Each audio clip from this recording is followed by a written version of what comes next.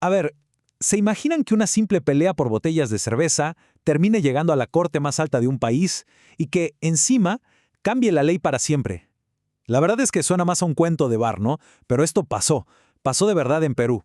Así que vamos a descorchar este caso, uno que empezó como una disputa de negocios y terminó definiendo nada menos que los límites del poder judicial. Fíjense en esto. Por un lado, algo tan cotidiano como una botella de cerveza. Y por el otro, el sello del Tribunal Constitucional, la máxima autoridad legal del país. ¿Qué tienen que ver? Bueno, esa es la historia que vamos a contar. Vamos a conectar los puntos para descubrir cómo una simple botella provocó un auténtico terremoto legal, uno que se siente hasta el día de hoy. Bien, esta va a ser nuestra hoja de ruta. Empezamos con la guerra de las botellas, claro. Luego veremos el muro legal con el que se topó una de las empresas y cómo la alta corte tuvo que intervenir. Analizaremos los principios clave que nacieron de este caso, conoceremos el veredicto y cerraremos entendiendo por qué esta historia, por qué sigue siendo tan importante. Listo. Sección 1. Para entender bien el fallo, primero hay que entender la pelea. Así que vamos a conocer a los dos pesos pesados de esta historia. En una esquina teníamos a Bacus, el gigante, el actor dominante del mercado cervecero en Perú. Y en la otra a Ambev, un competidor que recién llegaba y que, claro, buscaba hacerse un espacio. La tensión era obvia, y el campo de batalla que eligieron fue, de todas las cosas, las botellas de vidrio.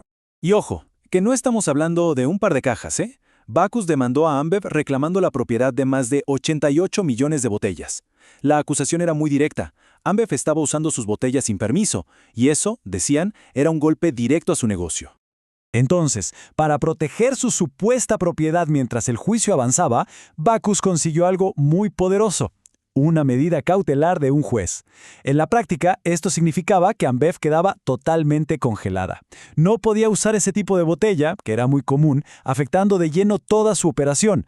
Sección 2. Con su operación prácticamente en jaque, Ambev intentó contraatacar en los tribunales. Pero se encontraron con un muro, uno que parecía infranqueable. Ambev fue y dijo: oigan, esta orden judicial está violando mis derechos como mi libertad para hacer negocios. Pero los primeros tribunales ni siquiera quisieron escuchar el argumento de fondo. Lo rechazaron de plano por un tecnicismo. Les dijeron básicamente: miren, esa orden es temporal, no es la sentencia final. Así que no pueden usar la Constitución para defenderse. Todavía. Esto generó una especie de callejón sin salida legal para Ambev. Estaban perdiendo dinero todos los días por una orden judicial, pero el propio sistema les decía que no podían hacer nada. Tenían que esperar a que el juicio principal terminara, algo que, como sabemos, puede tardar años. Y aquí, en la sección 3, es donde la historia da un giro tremendo. Cuando todo parecía perdido para Ambev, el caso llegó hasta el Tribunal Constitucional. Y este tribunal, en lugar de hacer lo mismo que los otros, vio una oportunidad de oro para aclarar un punto de la ley que lo iba a cambiar todo. La pregunta que el tribunal se hizo era fundamental para la justicia. ¿Es posible que una decisión de un juez, solo por ser temporal, quede en una especie de limbo fuera del alcance de la mismísima Constitución? Y aquí está la genialidad de la decisión. El tribunal se dio cuenta de que los jueces anteriores estaban confundiendo dos conceptos: firme e inmutable. A ver, para que se entienda fácil, una decisión no necesita ser para siempre para ser firme. Una decisión se vuelve firme en el momento en que ya no tienes más opciones para apelarla.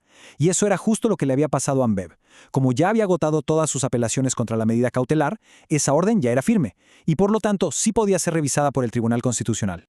Así que, con esa simple pero poderosa distinción, el tribunal básicamente derribó el muro legal. Dejó clarísimo que en la ley no hay zonas libres de constitución.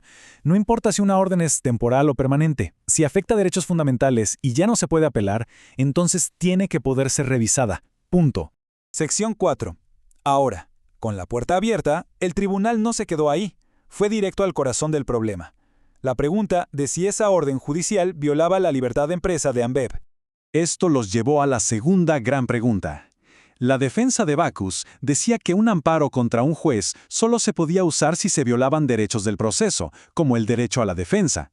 Pero, ¿qué pasa si un juez, siguiendo el procedimiento al pie de la letra, igual termina violando otro derecho fundamental, como la libertad económica? Y esta fue la respuesta del tribunal en sus propias palabras. Contundente.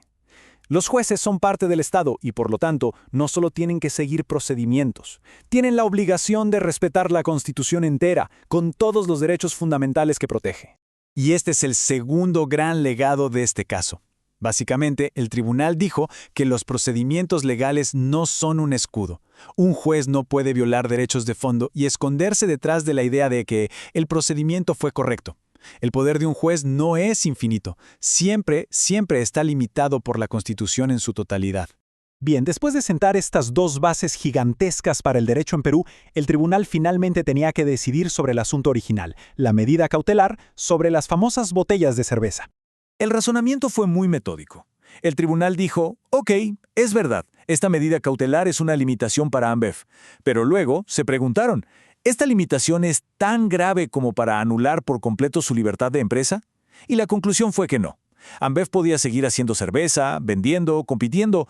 Simplemente no podía usar esas botellas específicas. Y así, irónicamente, Ambev ganó la batalla legal más importante, pero perdió la guerra por las botellas. Consiguió que el Tribunal Constitucional revisara su caso, sentando un precedente histórico para todos.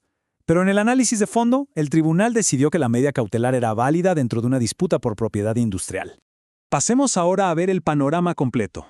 ¿Por qué este caso, más allá de la cerveza, dejó una huella tan profunda y duradera en el sistema legal de Perú? En resumen, el verdadero legado son estas dos cosas. Primero, se acabaron los limbos legales. Ninguna decisión de un juez, por temporal que sea, puede escapar al control de la Constitución. Y segundo, se confirmó que los jueces son guardianes de todos los derechos fundamentales, no solo de algunos, lo que amplía la protección para todas las personas. Y el caso nos deja con esta pregunta clave, que va mucho más allá de las botellas de cerveza. Es el eterno debate entre proteger los derechos de quienes ya están en el mercado y al mismo tiempo asegurar que hay un campo de juego justo para que nuevos competidores puedan entrar e innovar. Un equilibrio súper delicado que los tribunales de todo el mundo tienen que buscar todos los días.